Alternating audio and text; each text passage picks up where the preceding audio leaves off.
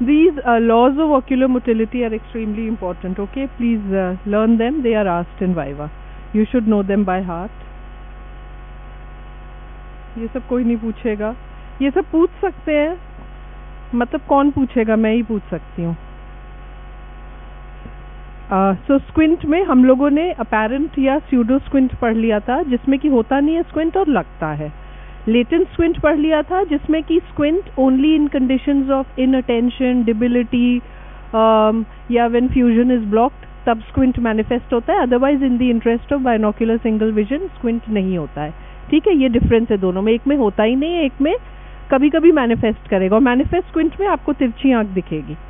ठीक है, so pseudo squint के कॉजेज है prominent epicanthic folds, hypertelorism, widely separated medial canthi, myopia, hypermetropia, high myopia and latent squint में there is a tendency for the eyes to deviate. Symptoms हैं blurring of vision especially in times of fatigue.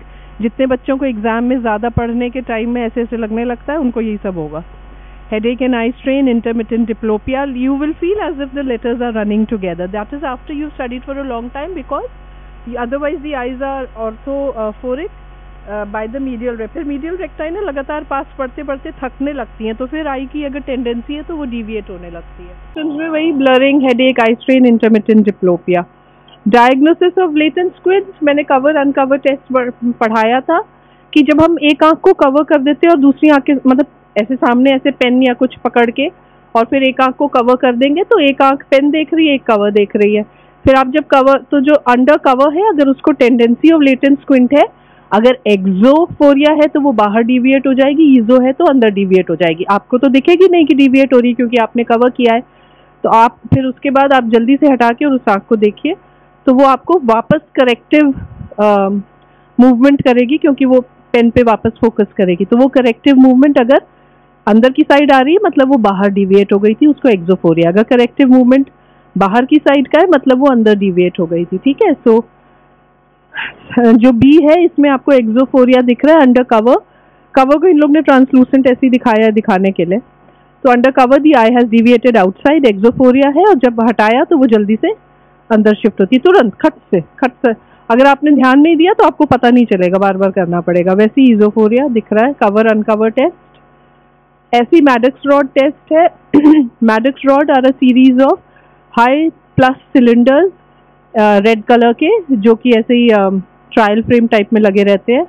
और इनका क्या ये करते हैं कि अगर आप पॉइंट सोर्स ऑफ किसी के आंख के सामने मैडक्स रॉड रखें, एक आंख बंद कर दो, पॉइंट सोर्स ऑफ लाइट दिखाएंगे, तो उसको वो point source is converted into a line. Line का डायरेक्शन क्या होता है? अगर it is at right angles to the cylinders. तो अगर मैडक्स रॉड के आपने सिलेंडर्स को ऐसे रखा है, कैसे पता चलेगा? वो दिखेंगे आपको ऐसे ऐसे, है ना। आप लोग जाके जिनकी पोस्टिंग है मैडक्स रॉड निकलवा के देख लीजिएगा। ठीक है, जो ट्रायल सेट है ना उसी में रखा रहता है। सो आपको ऐसे दिखेंगे।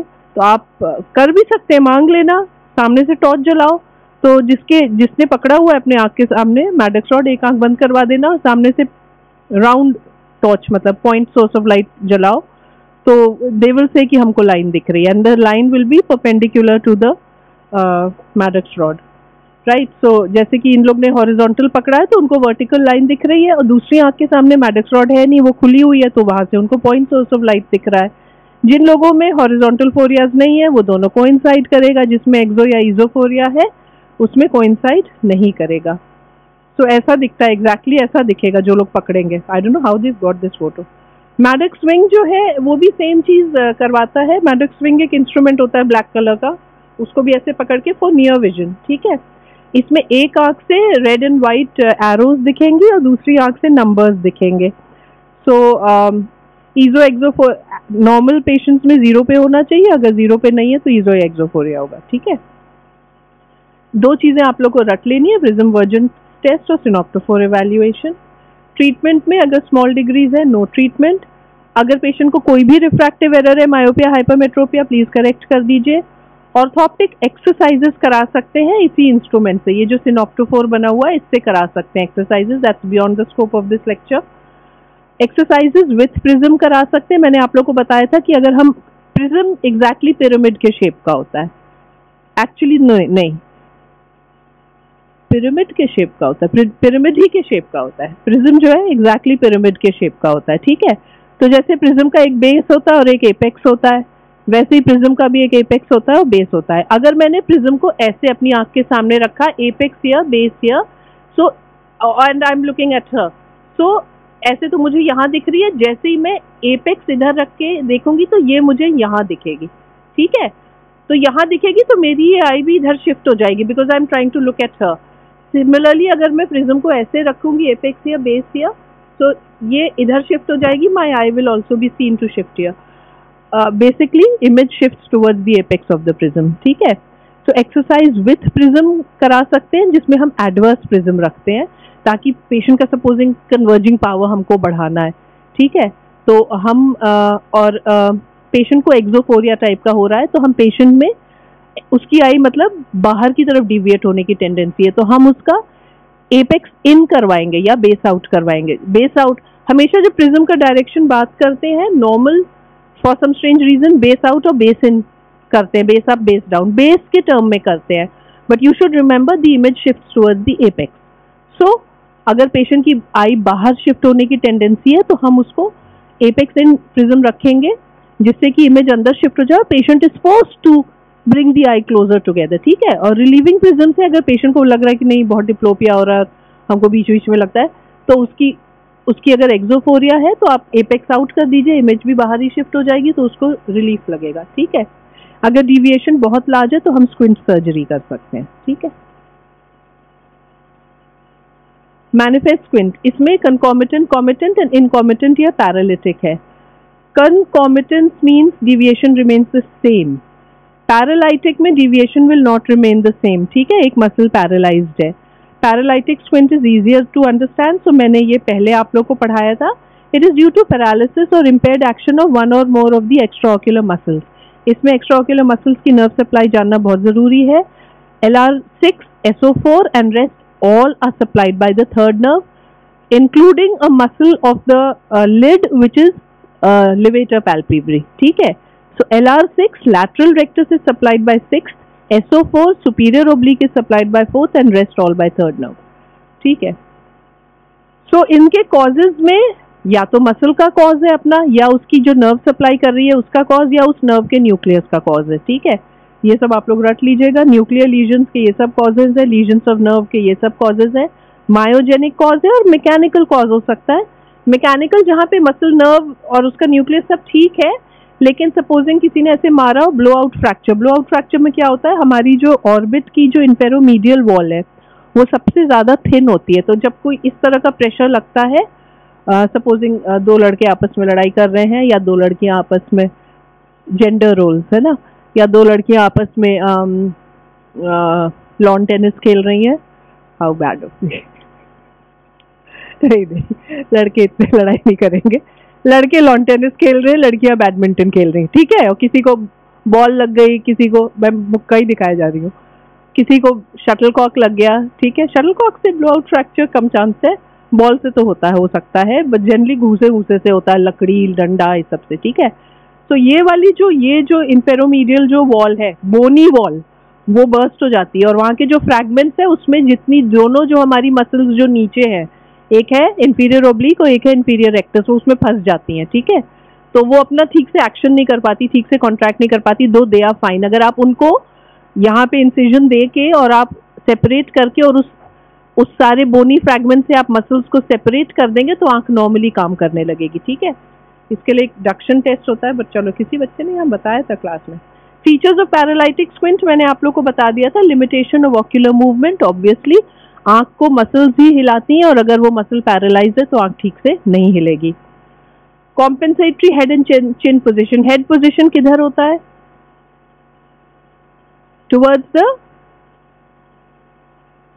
towards the paralyzed muscle। वाह, अच्छा, compensatory head and chin position होता क्यों है?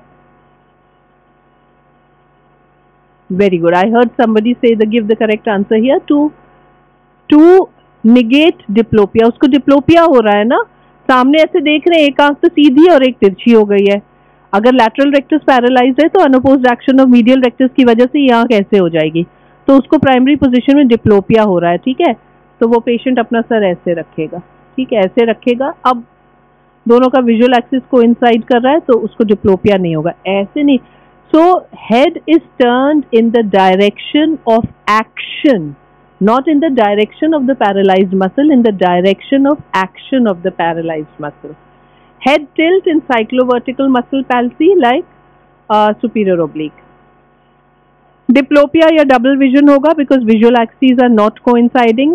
इसकी वजह से डिप्लोपिया की वजह से वर्टिगो होगा। फॉल्स प्रोजेक्शन क्या होता है? जनरली हम जब किसी को देखते हैं तो हमारा जो विजुअल एक्सिस है ना, visual axis means point of fixation. You can look here, in fact.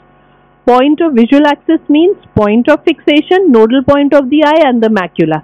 ये तीनों points को जो line, I'm not even doing anything. Oh, I'm touching this. ये तीनों को जो line join करती है उसको visual axis कहते हैं, ठीक है। So हमारा visual axis in other words हमेशा macula पे fall करता है। अब आपने देखा ये आंख टर्न कर गई, ठीक है। अब इनफैक्ट इसमें बहुत अच्छा डिप्लोपिया का एग्जाम्पल दिख रहा है। जो आंख टर्न्ड है उसमें जो रेज जो हमारा जो ऑब्जेक्ट से आ रही है वो मैक्यूला पे न पड़ के मैक्यूला देखो उसका कहाँ है, कहीं और पड़ रही है, ठीक है।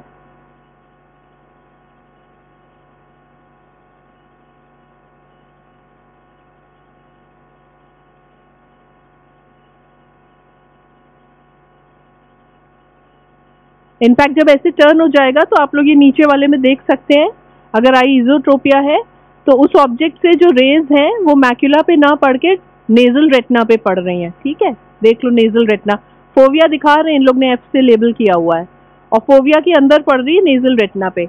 नॉर्मली हमारी नेजल रेटिना टेम्पोरल विजन हम लोग को देती है और टेम्पोरल रेटिना नेजल विजन।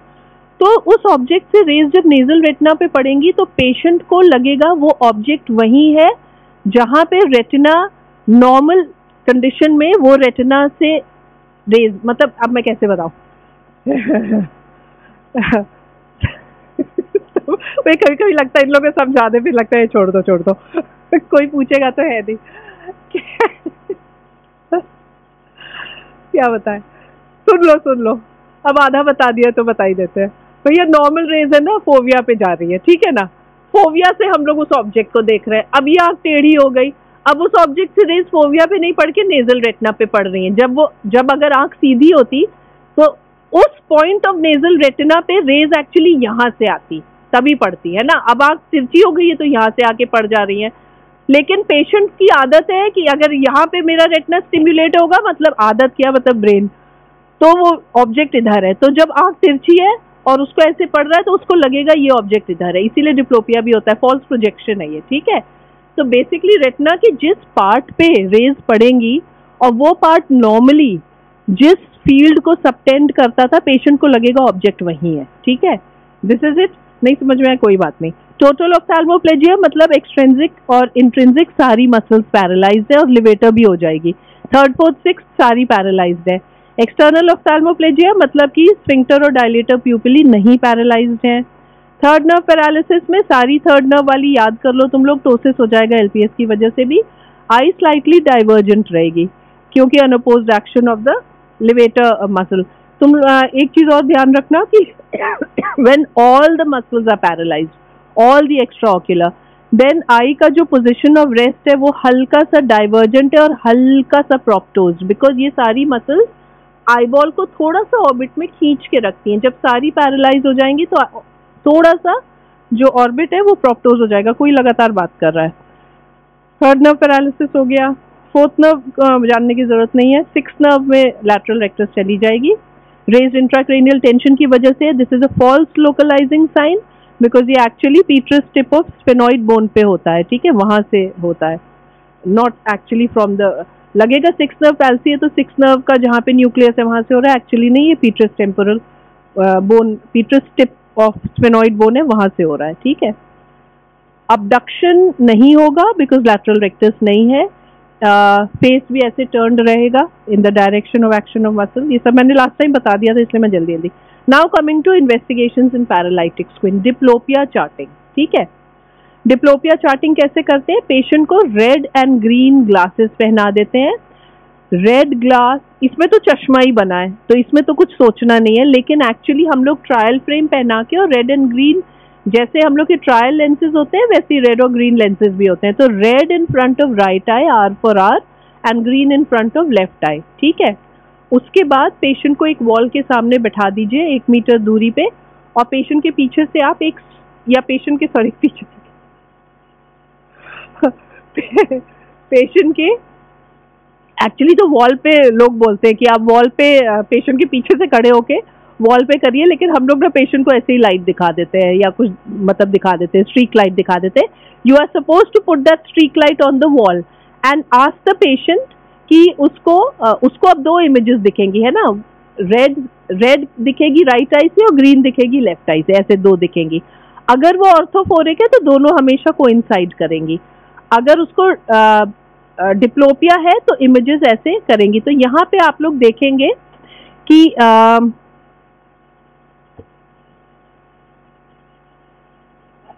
ये पेशेंट की कौन सी आंख है पहले तो ये बताइए, राइट आई का चार्टिंग है कि लेफ्ट आई का? लेफ्ट आई की चार्टिंग है। ठीक है, लेफ्ट आई की चार्टिंग है। पेशेंट जब राइट साइड देख रहा है तो कोई भी उसको डिप्लोपिया नहीं हो रहा है। ठीक है, जब पेशेंट राइट साइड देख रहा है तो उसको कोई भी डिप्लोपिया नहीं हो रहा है। जब पेशेंट स्ट्रेट अहेड देख रहा है तो दोनों इमेजेस उसको थोड़ी थोड़ी अलग दिख रही है, और जब पेशेंट इधर देखने की कोशिश कर रहा है उसको मैक्सिमम डिप्लोपिया हो रहा है लेफ्ट साइड। क्यों? क्योंकि ये उसकी आंख लेफ्ट घूम ही नहीं रही है। ठीक है, तो इस तरह से डिप्लोपिया चार्टिंग करते हैं। So one of the investigations in paralytic squint is diplopia charting. Hedge screen charting होती है, ये इलेक्ट्रॉनिक हेज स्क्रीन है और ये सिंप्लीफाइड हेज स्क्रीन है, इसमें भी बस डिप्लोपिया चार्टिंग करते हैं। ठीक है, आप लोग इतना जान लीजिए, हेज स्क्रीन का नाम जानना चाहिए। ये हेज स्क्रीन को इस तरह से बनाया जाता है। आप लोग देख लेंगे कि इसमें भी पेशेंट की राइट आई में लैटरल रेक्टस पैरालिसिस है, तो जो उसकी आंखें कितना घूम रही हैं, राइट साइड में आप देख लीजिए कि नहीं घूम रही है। And because of which law medial rectus left eye की इतनी ज्यादा ओवर एक्शन दिखा रही है? Which law? Which law? अरे नहीं भाई, Hering's law of equal innervation ना। लैटरल रेक्टस पैरालाइज्ड है। ठीक है, सो लैटरल रेक्टस में ब्रेन ज्यादा इनोवेशन भेज रहा है, और वही इनोवेशन लैटरल रेक्टस की योक मसल में भी भेजेगा, which is the medial rectus. ठीक है, सो मीडियल रेक्टस में ओवर एक्शन हो जाएगा, हेरिंग्स लॉ है। वर्थफोर्ड टेस्ट, तुम लोग को पुराना तो कुछ याद नहीं है। ठीक है ना, तुम लोग बहुत ज्यादा याद करने की चेष्टा कर रहे हो और मैं आगे आगे पढ़ाते जा रही हूँ और तुम लोगों को कुछ समझ नहीं आ रहा है, बिकॉज ऑब्वियसली जब पीछे का ही नहीं याद है तो आगे का कैसे याद होगा। खैर एनीवे, कम से कम एग्जाम में नाम लिख देना अगर उसके आगे कुछ भी नहीं याद है। और जो बच्चे थोड़े से ध्यान दे रहे हैं, इंटेलिजेंट तो सब है, जो बच्चे ध्यान से सुन रहे हैं वो सुन लीजिए। एक तो इस लेडी का चश्मा गलत पहनाया है क्या इन लोग ने? हाँ कि ना? हाँ कि ना, आप लोग से पूछ रहे हैं। अरे अभी तो मैंने बताया था रेड और ग्रीन ग्लासेस कैसे पहनाते हैं। रेड इन राइट आई, तो इसको गलत पहनाया है, गलत पहनाया भाई। हर बार मैं गूगली क्वेश्चन थोड़ी पूछूंगी। पहना सकते आप, ऐसे पहना के भी देख लीजिए, बात तो वही रहेगी। आपको बेसिकली ना एक आंख में रेड और एक में ग्रीन पहनाना है, बट जो नॉर्म है कि राइट में रेड पहनाते हैं और लेफ्ट में ग्रीन। अभी आप इमेजिन कर लीजिए कि राइट में रेड पहना है और लेफ्ट में ग्रीन। सो राइट से ना सिर्फ रेड रेज पास हो रही है और ग्रीन से लेफ्ट से सिर्फ ग्रीन। ठीक है, तो अगर हम वर्थफोर्ड टेस्ट में ऊपर एक रेड लाइट होती है, साइड में 2 ग्रीन लाइट्स होती है और नीचे एक व्हाइट लाइट होती है। तो सपोजिंग मैंने राइट आई में, आप लोग अभी एक ही आंख का सोचिए, दूसरी आंख मैंने बंद की हुई है, मैंने राइट आई में रेड चश्मा पहना है, तो मुझे वर्थफोर्ड टेस्ट में कितनी लाइट्स दिखेंगी? मैंने राइट आई में रेड कलर का चश्मा पहना है और लेफ्ट आई बंद रखी है, और मैं ये वर्थफोर्ड टेस्ट देख रही हूँ, मुझे कितनी लाइट्स दिखेंगी? 2। आपका पूरा सेक्शन 2 पे सहमत है? आप सबकी सहमति है। सेक्शन बी, एक लाइट, दो लाइट की चार लाइट की तीन? तीन। और वहां से भी किसी ने कहा, आप लोग सब तीन पे सहमत है? सहमत है। आप लोग कितनी लाइट्स दिखेंगी? तीन दिखेंगी। बताइए चेष्टा जी, क्यों तीन दिख जाएंगी?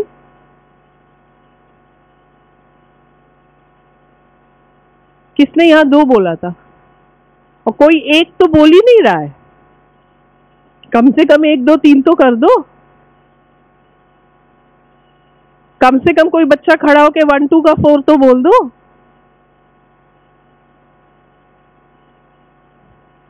भाई ये तो कॉमन सेंस है ना, कि एक आपके पास एक ऐसा चश्मा है जिससे कि सिर्फ रेड लाइट जाती है, ठीक है?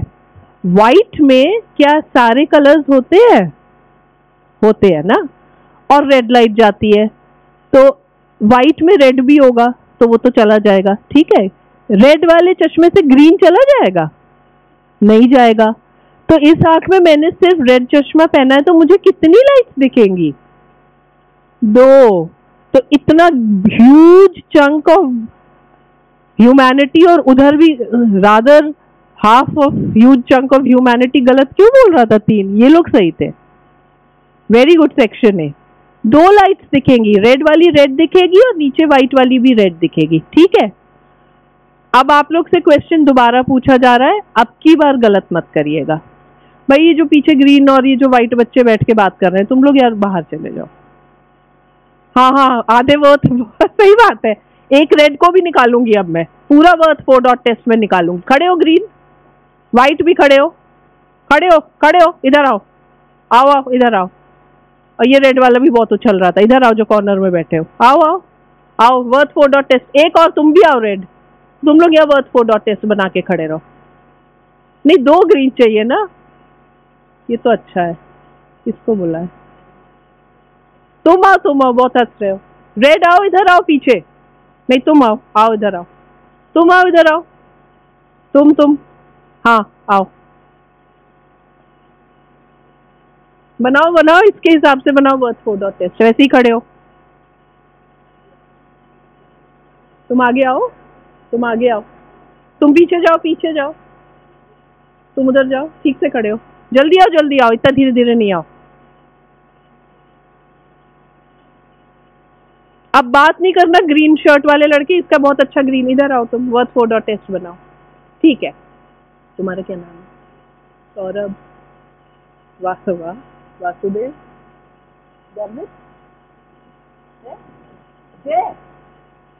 तो नाम मेरा कटा दिया तुमने, नाक कटा दी मेरी।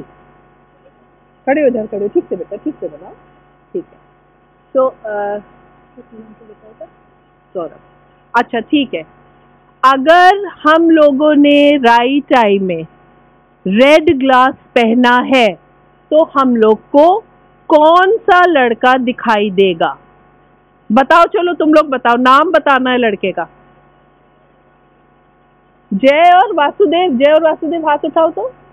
वेरी गुड, जय और वासुदेव दिखाई देंगे, क्योंकि वो तो रेड ही है और व्हाइट में सारे कलर्स होते हैं, ठीक है? अगर हम लोगों ने, तो हम लोग को कितनी लाइट्स दिखाई देंगी? दो। वेरी गुड, पहले बुला लेना चाहिए था। अगर हम लोगों ने राइट आई को ब्लॉक कर दिया और लेफ्ट आई में सिर्फ ग्रीन ग्लास पहना है, तो हम लोग को कितनी लाइट्स दिखेंगी? 3। नाम बताओ लड़कों का। वासुदेव, सौरभ और गर्वित। गर्वित तो ऐसे खड़ा है जैसे उसको पनिश कर दिया। तुम बाद में कभी बोल सकते हो, सीवी में लिख सकते हो, once I was part of Worth 4 dot test. That can be part of your CV, ठीक है? तो हम लोग को 3 लड़के दिखाई देंगे। अब हम लोग के पास मेन क्वेश्चन आ रहा है, ठीक है? हम लोग ने एक आंख में रेड पहना है और एक में ग्रीन पहना है। अब हम लोग को कितनी लाइट्स दिखाई देंगी? 4, 5, 2, 1, बताओ भाई। रेड आई से 4 दिखाई देंगी। कौन कौन सी लाइट रहेंगी वो? हम लोग को दोनों ग्रीन तो दिखाई देंगी इससे, इससे रेड दिखाई देगी और व्हाइट वाली दोनों में कॉमन है, ठीक है। तो वो ग्रीन रेड का मिक्सचर थोड़ा सा व्हाइट टाइप का ही वो हमें दिखाई, तो हमें 4 लाइट्स दिखाई देंगी। जो लोग नॉर्मल है उनको 4 लाइट दिखाई देती है, ऊपर रेड, साइड में 2 ग्रीन और नीचे वो लोग बोलते हैं ग्रीन रेड टाइप का कुछ दिख रहा है, ठीक है, व्हाइटिश टाइप का, ठीक है, ओके। तो जिन लोग ने ऐसे, अच्छा ठीक है। अब let us see the Worth 4 dot test का। अब हम लोग क्या उसको कहते हैं, इंटरप्रिटेशन देखते हैं, ठीक है। अगर किसी को ऑल 4 लाइट्स दिख रही हैं तो उसमें नॉर्मल फ्यूजन है, ठीक है। अब आप लोग नीचे उसके एक पॉइंट छोड़ के और नीचे आइए। अगर किसी को 2 रेड एंड 3 ग्रीन लाइट्स दिख रही हैं तो उसको डिप्लोपिया है। क्यों? क्योंकि उसकी विजुअल एक्सिस कोइंसाइडिंग नहीं है, तो उसको राइट आई से कौन कौन सी लाइट्स दिख रही है? जय और वासुदेव दिख रहे हैं उसको राइट आई से, और लेफ्ट आई से उसको सौरभ, वासुदेव और गर्वित दिख रहे हैं। तो उसको 5 ऐसे लाइट्स, 2 रेड एंड 3 ग्रीन दिखेंगे, मतलब कि उसके विजुअल एक्सिस, उसको डिप्लोपिया है। तो अगर दोनों आंख में विजन अच्छा, आपने रेड एंड ग्रीन ग्लासेस पहनाए और वो अब बोल रहा है कि हमें 2 रेड और 3 ग्रीन दिख रहा है, तो उसको डिप्लोपिया है, ठीक है। अगर पेशेंट को सिर्फ 2 रेड डॉट्स दिख रहे हैं, ठीक है, पेशेंट को सिर्फ 2 रेड डॉट्स दिख रहा है, मतलब पेशेंट को लेफ्ट आई से कुछ दिख ही नहीं रहा है, उसको बस ये दोनों दिख रहे हैं। दैट मीन्स कि लेफ्ट आई की इमेज को ब्रेन ने सप्रेस कर दिया। और मैं तुम लोग को ये बताऊं कि बच्चों में कभी डिप्लोपिया नहीं होता है, कितना भी बड़ा स्क्विंट हो वो डिप्लोपिया का नहीं कंप्लेन करते, एक ही आंख से काम करते रहते हैं सारा। क्यों? क्योंकि ब्रेन इतना प्लास्टिक है कि ये जो स्क्विंटिंग आई है उससे जो टेढ़ी इमेज या अलग इमेज हटके बन रही थी उसको ब्रेन सप्रेस कर देता है। ब्रेन देखता ही नहीं है, उसको कंसिडर ही नहीं करता। आप वर्थ 4 डॉट टेस्ट पहना के और बच्चे से पूछेंगे, वो जो उसकी गुड आई है उससे, सपोजिंग उसकी गुड आई राइट आई है, तो वो बोलेगा हमको 2 रेड लाइट दिख रही है। अगर ये स्क्विंटिंग आई है और गुड आई ग्रीन आई है तो बोलेगा हमको 3 ग्रीन लाइट्स दिख रही है, ठीक है। सो अगर पेशेंट को ओनली 3 ग्रीन डॉट्स दिख रहा है तो क्या होगा? Right suppression, only 3 green dots then right suppression, ठीक है। तो तुम लोग बस इतना सप्रेशन और स्क्विंट याद कर लो, ARC जानने की जरूरत नहीं है। Thank you Worth 4 dot test, thank you, okay.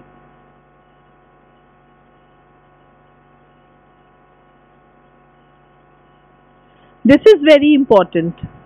हम लोग जब बोलते हैं ना कि आई इज स्क्विंटिंग, ठीक है ना, आई इज स्क्विंटिंग, तो हम अपने पीजीज से बोलते हैं कि कितने डिग्रीज का स्क्विंट है, जरा पता करके बताओ कितने डिग्रीज का स्क्विंट है। You don't need any instrument to measure कितने डिग्रीज का स्क्विंट है, you just need a good torch light, ठीक है। नॉर्मल लोगों में जब आप सामने से टॉर्च जलाएंगे तो आपके टॉर्च का जो इमेज है वो उसके कॉर्निया के बीच में पड़ेगा, ठीक है। नाउ कॉर्निया की horizontal diameter, can anyone tell me? कितनी जमाई आ रही है, खड़े हो जाओ पिंक, हाँ हाँ तुम ही तो ले रही थी जमाई, खड़े हो जाओ, थोड़ी देर में बैठवा देंगे बिकॉज कम से कम तुमने हाथ रखा था, खड़े रहो। सो कॉर्निया का हॉरिजॉन्टल डायमीटर कितना होता है? 11.7, वाह। चलो हम लोग फॉर एन एवरेज 12 मान लेते हैं, ठीक है। तो अगर बीच में अगर टॉर्च का लाइट पड़ रहा है तो आधा कॉर्निया कितना हुआ? 6 मिलीमीटर, ठीक है। अब मैं तुम लोग को एक इंफॉर्मेशन दे रही हूँ, 1 पीस ऑफ इंफॉर्मेशन। प्यूपल भी मान लेते हैं, प्यूपल का साइज जनरली कितना होता है? हाँ 2 to 4 mm, ठीक है, 2 to 4 mm is normal pupillary size, ठीक है। तो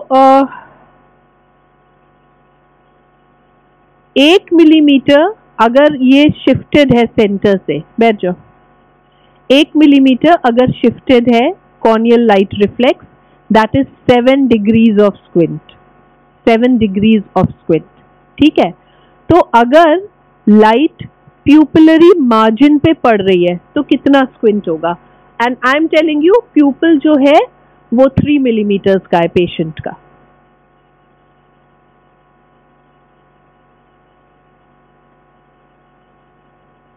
कितने डिग्रीज ऑफ स्क्विंट है? 21. Anyone else? Very good, 10.5. Maths ना लड़के चाहे कितने भी बाकी कितने भी कबाड़ा हो पढ़ाई में, मैथ्स में हमेशा अच्छे रहते हैं। पर 21 भी लड़के ने ही किसी ने बोला था। बेटा तुम प्यूपल बीच में थी ना लाइट, तो बीच से 1.5 मिलीमीटर तो इधर जाएगी प्यूपिलरी मार्जिन में जाने के लिए, कि इधर से क्यों पूरा गिन रहे हो? बीच में थी तो बीच में थी मतलब 1.5 प्यूपल मार्जिन इधर है, 1.5 इधर है, 1.5 मिलीमीटर, ठीक है, 3 मिलीमीटर का पूरा है। तो अगर मार्जिन पे आ रही है तो आप 1.5, तो 1 मिलीमीटर में 7.5 मिलीमीटर में 3.5, दैट इज 10.5। एक्सीलेंट। वर्थफोर्ड टेस्ट जो रेड वाला था उसके पीछे 2 रेड बच्चे बैठे, उन्हीं में से किसी ने जवाब दिया था, है ना? Is that so? Yes, yeah the one I was actually trying to call for Worthford. What's your name? है Bharat? Manan? Okay, good Manan, good. 12th में मैथ्स दिला दिया था क्या मम्मी पापा ने? नहीं? गुड। कौन बेचारे वो बच्चे हैं जिनको 12th में मैथ्स दिला दिया था? कितनों के था? किसी के भी नहीं था 12th में मैथ्स। ऐसा कैसे हो सकता है? Not one student had maths in 12th, not one. No no no, I can't believe it, you are not telling me. बताओ बताओ किसका था 12th में मैथ्स? कोई तो था, थी, किसी के नहीं था, सिर्फ bio. Nice, I am glad. If I had my way, मैं मैथ्स 10th के बाद बैन करा दूं। सो इतना ठीक है। कॉर्निया का हॉरिजॉन्टल डायमीटर हम 12 लेके चल रहे हैं। अगर pupillary light reflex pupillary margin और कॉर्निया या लिम्बस के जस्ट बीच में पड़ रहा है तो कितने डिग्रीज का स्क्विंट है? कौन बताएगा? आई एम हाँ 21। प्यूपिलरी मार्जिन और लिम्बस के एग्जैक्टली बीच में अगर लाइट रिफ्लेक्स पड़ रही है तो कितने डिग्रीज का स्क्विंट है? मैं जानना चाह रही हूँ, क्योंकि मैंने एग्जैक्टली बता दिया। प्यूपल 3 मिलीमीटर्स का है और कॉर्निया 12 मिलीमीटर्स की है, hole across. Pupil hole across is 3 millimeter. अब प्यूपिलरी मार्जिन और कॉर्निया के एग्जैक्टली बीच में पड़ रहा है। करेक्ट। जो जिन लोगों ने भी 31.5 कैलकुलेट किया दैट वाज करेक्ट। ठीक है। सो जैसे जो 2 बच्चों ने कर दिया, one girl here and I forget your name. Manish, क्या नाम है तुम्हारा? हाँ सहदेव। मैंने तुम्हारा आज तक नाम नहीं पूछा। अच्छा, वासुदेव, सहदेव, मतलब पूरा रामायण बना दिया। महाभारत, सहदेव, नकुल और सहदेव, सही बात है। चलो एटलीस्ट तुम लोग को कोई चीज तो मुझसे ज्यादा आती है। इसमें जरूर है महाभारत, रामायण। वासुदेव, अच्छा वासुदेव भी महाभारत में ही थे, सही बात है। कृष्ण के फादर ना, हाँ सही बात है। क्या कृष्ण के फादर नहीं थे वासुदेव? थे तो कंफ्यूज क्यों है? कृष्ण के फादर से क्यों कर रहे? ठीक तो बोल रहे हैं। रियल फादर तो वासुदेव ही थे। खैर एनीवे, देखो हम लोग ना इतना कैलकुलेट नहीं करते हैं। आप क्या सोचे मैं पीजी बैठ के कैलकुलेट करते रहते हैं? उतना पेशेंट भी आके लाता रहता है, उतना स्केल से नहीं। एक हम रफ मान के चलते हैं कि अगर प्यूपिलरी मार्जिन पे है तो रफली 15 डिग्रीज है प्यूपिलरी मार्जिन, और लिम्बस के बीच में है, रफली 25 डिग्रीज के आसपास है। लिम्बस पे है अराउंड 45 डिग्रीज है, लिम्बस से और बाहर है अराउंड ज्यादा। ठीक है। सो इतना एक तुम लोग अंदाज रख लो। जो बच्चे बहुत तेज थे और कैलकुलेट कर रहे थे, आप लोग एग्जैक्टली कैलकुलेट कर सकते हैं। ठीक है। सो ये है फॉर एवरी 1 मिलीमीटर शिफ्टिंग आप 7 डिग्रीज कैलकुलेट कर लीजिएगा। तो लिम्बस आप 6 मिलीमीटर मान लीजिए, तो 7 6 is 42, तो लिम्बस पे अराउंड 42 डिग्रीज है। इन लोग ने 45 डिग्रीज दिया है। एक्सोट्रोपिया, अगर आंख बाहर घूम रही है तो जो कॉर्नियल लाइट रिफ्लेक्स है वो मीडियली आएगी, है ना? तो इस पेशेंट में भी वही है, तो इसलिए इन लोग ने एक्सोट्रोपिया लिखा है। अगर आंख अंदर घूम रही है तो कॉर्नियल लाइट रिफ्लेक्स बाहर जाएगी। ठीक है। So this is Hirschberg's test. It is very important. Mark कर लो इसको, रट लो, इसकी फोटो खींच लो. This is asked in exam. आपसे वाइवा में हर्शबर्ग्स टेस्ट अलॉन्ग विद दोनों जो मैं बता रही थी, हेरिंग्स लॉ और शेरिंगटन्स लॉ, ये पूछा जाता है ये सब. ठीक है. देखो, अगर कोई मसल पैरालाइज्ड है, सपोजिंग ना एक पेशेंट है और वो ऐसे ऊपर नहीं देख पा रहा है, ठीक है, मतलब उसको चोट लगी है, उसको पूरा ब्लो आउट फ्रैक्चर है और उसका फ्लोर ऑफ द ऑर्बिट पूरा टूट गया और पूरे बोनी फ्रैगमेंट्स है. ठीक है. अब वो पेशेंट ऊपर नहीं देख पा रहा और उसके चारों तरफ पूरा ब्लड, ये यहाँ भी कट गया, ये भी सब बहुत सारा, आंख सूजी हुई है, वो ऊपर नहीं देख पा रहा है. ठीक है. अब वो ऊपर नहीं देख पा रहा है, हमको कैसे पता चलेगा कि उसकी सुपीरियर रेक्टस डैमेज्ड है इसलिए ऊपर नहीं देख पा रहा. दूसरी कौन सी मसल है जो ऊपर देखने में हेल्प करती है? Inferior oblique. ठीक है. तो उसकी सुपीरियर रेक्टस डैमेज्ड है कि उसकी इंफीरियर ओब्लिक डैमेज्ड है, काम ही नहीं कर रही इसीलिए ऊपर नहीं देख पा रहा है, या उसकी मसल्स जो नीचे की तरफ है, ठीक है, वो फंस गई है बोनी फ्रैगमेंट्स में और इसीलिए वो ऊपर नहीं देख पा रहा है. ठीक है. वो फंस गई है तो एक तरह से फिजिकली रिस्ट्रिक्ट करा रही है आंख को घूमने से. तो इसके लिए एक बहुत ही सिंपल कॉमन सेंस का टेस्ट लोगों ने निकाला जिसका नाम है फोर्सडक्शन test.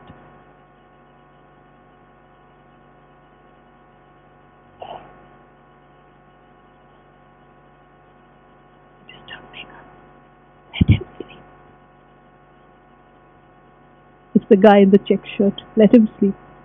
He's the one I sent out, but I don't want to send him out every class. He's looking here and there as if he was not sleeping. Hello, good afternoon. You are in class.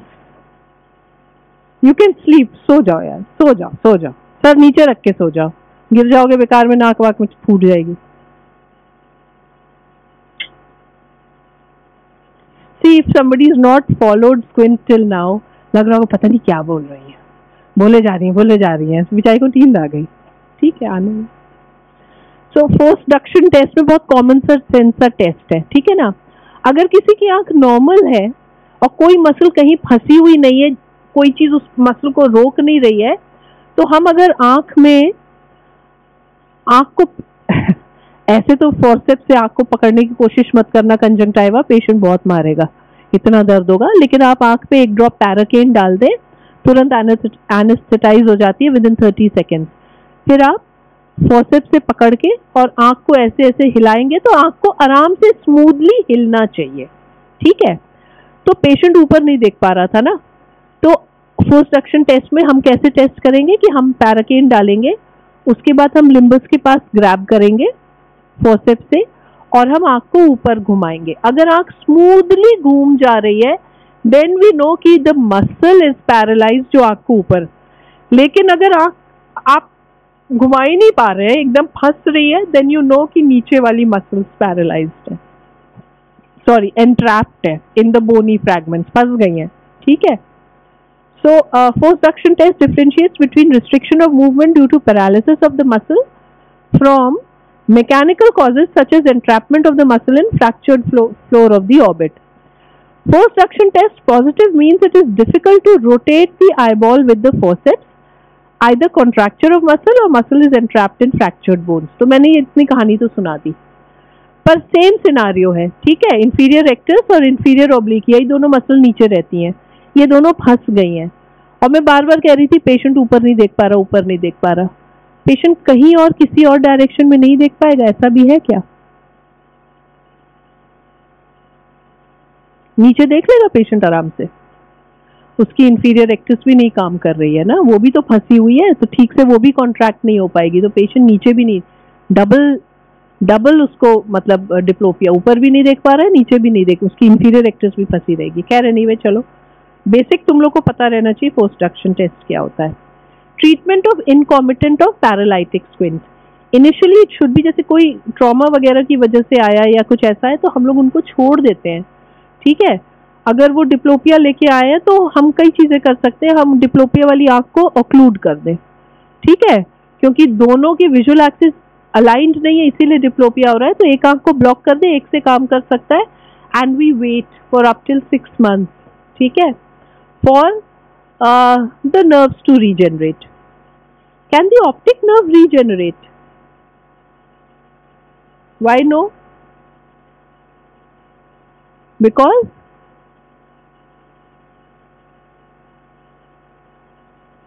very good. It does not have a neurolemma. It has myelin sheath, so it does not have a neurolemma. Optic nerve can never regenerate. Remember that. ठीक है ना? Damaged, gone. So initially it should be managed conservatively. No surgical intervention done within 6 months of paralysis, since spontaneous recovery can occur. We can occlude the paretic eye to prevent diplopia, or we can prescribe relieving prism. तो जिस side deviation है उस side apex डाल के आप उसके चश्मे में प्रिज्म इनकॉर्पोरेट करा दीजिए. कोई नहीं कराता, मैंने तो आज तक नहीं देखा, बट कर सकते हैं. कीमोडिनर्वेशन बाय बोट्यूलिनम टॉक्सिन इंजेक्शन, इसमें क्या करेंगे आप लोग बताइए, मैं बहुत देर से बोल रही हूँ. बोट्यूलिनम टॉक्सिन और कहाँ यूज होता है?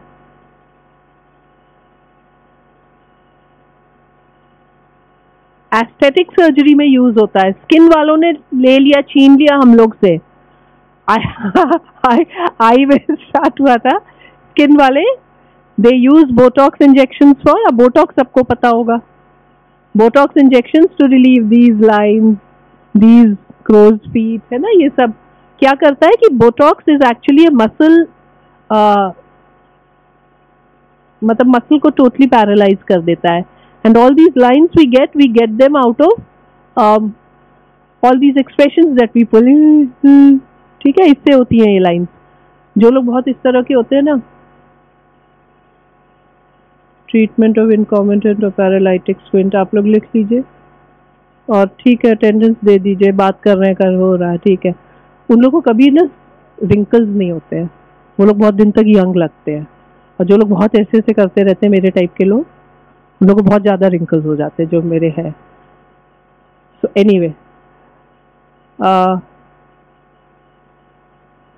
ये वाली लाइन आप बताएंगे, कीमोडिनर्वेशन बाय बोट्यूलिनम टॉक्सिन इंजेक्शन, ये कहाँ देंगे और किस मसल में देंगे? जो इंटेलिजेंट बच्चे हैं बताइए. चेष्टा जी बताइए.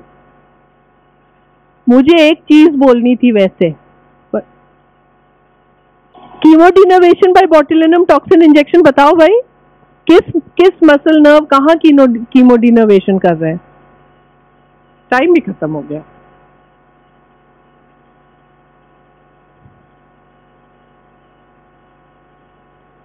बताओ. सहदेव खड़े हो, सहदेव खड़े हो, चेष्टा खड़ी हो जाओ, तुम ग्रीन शर्ट खड़े हो जाओ, शुभ खड़े हो जाओ, खड़े हो तुम लोग कोई सोच के बताना है ये किस में करेंगे, दिमाग लगाओ अपना. ग्रीन शर्ट खड़े हो. ये सोच रहे मुझे क्यों, मैं नहीं हूँ इस टाइप का. बताओ तुम लोग.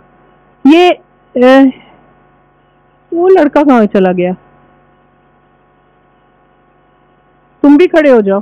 तुम खड़े हो, तुम ऑरेंज शर्ट, पीच. तुम्हारा क्या नाम है? एक लड़का यहाँ तेज सा बैठा रहता, तो वो कहाँ गया? तुम खड़े हो जाओ. एनीवे चेक शर्ट, तुम हो खड़े हो जाओ. एक दो रैंडम लोग को भी खड़े कराते हैं. आप खड़े हो जाइए बेटा, पिंक हिजाब, प्लीज खड़े हो जाइए. तुम क्यों नहीं खड़े हो रहे हो? तुम लोग अगर आज नहीं बताओगे इसका जवाब, आज अटेंडेंस पूरे बैच को नहीं मिलेगा. चलो जल्दी बताओ.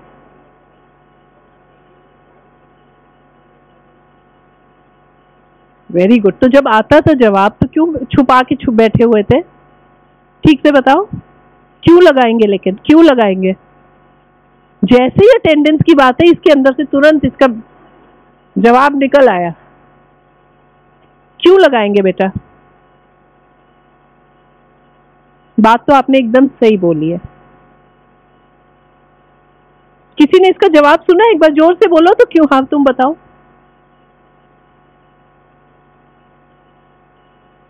Very good. थोड़ा सा पहले ही सोच लेते तुम लोग. बैठ जाओ.